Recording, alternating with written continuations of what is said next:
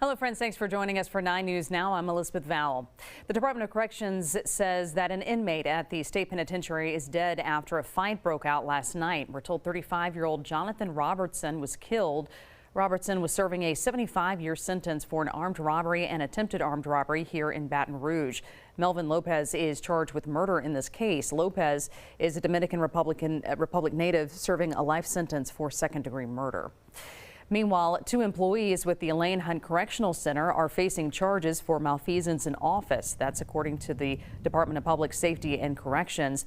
Officials said Kinesia Burnell and his registered nurse and Sergeant Christina Harden were arrested by the Iberville Parish Sheriff's Office.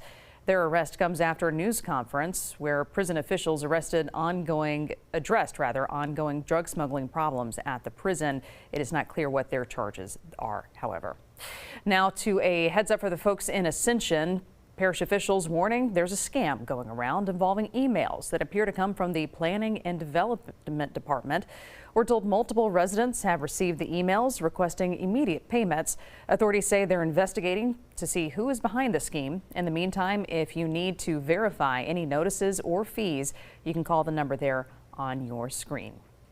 A major change will be taking place within the East Feliciana Parish school system. The schedule will move to 4 days a week, starting with the next school year. The school board voted this week to make the move to 1 less day a week, with extended learning taking place Tuesday through Friday.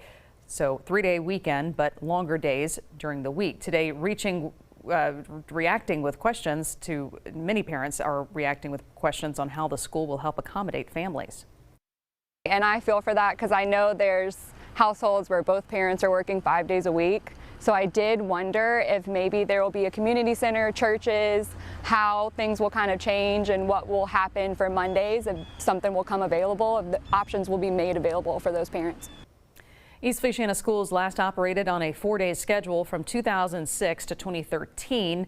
They opted to switch back to 5 days after seeing testing slumps in classrooms across the district. 9:02 now. Let's get a check of your weather over to meteorologist Henry Blakes. Hi, Henry. Hey, Liz. Thanks for joining us, everyone. It was beautiful throughout the day. We had some rain this morning, cloudy to start, but then the sunshine broke out. That was thanks to a cold front, and also thanks to the cold front, once again, we have to deal with freezing temperatures. So for the moment, I'm expecting mainly a light freeze if you live along the north of the I-10-12 corridor. That's where you have the potential of getting into the low 30s tonight, maybe a couple of upper 20s for Mississippi and our northern Florida parishes. South of the interstate, you're looking at mainly mid 30s. So what you need to protect tonight are people, pets, and plants. Pipes should be okay, but still it's going to be on the cold, if not chilly side to start out your Thursday morning as we dip down into the 30s. What about the afternoon? Well, for the moment, not expecting a big warm up for the rest of the day. Highs will likely only be in the 50s, so it's still going to be unseasonably cool enough to the point where you're going to need the light jackets for much of the day. So we start near freezing for your school planner, and then we're up at least into the mid 50s for the Baton Rouge area. Sunny, no mentions of rain, as well as a light wind. So that is your forecast for your Thursday.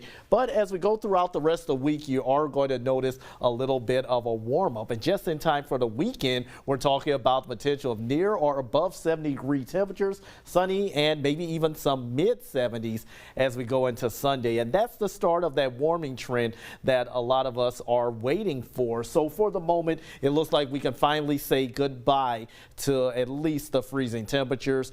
That is not going to be until after tomorrow morning. After your Thursday morning, you'll notice morning lows remain above freezing, possibly even get into the 40s and 50s for lows. Highs are going to be mainly in the 70s list. And as for rain chances, they're put on hold at least until the middle of next week. We can see a couple of chances of light showers, and they'll have to watch out for a potentially stronger disturbance for next Friday. But for the next 5 days, things are looking picture perfect. All right, Henry, thank you for that. A little taste of spring ahead.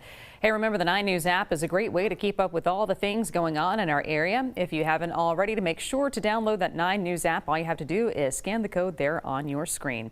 Friends, thank you for joining us for this quick look at your headlines. I'm Elizabeth Vowell. Our next newscast is 9 News at 10 on WAP. We'll see you there.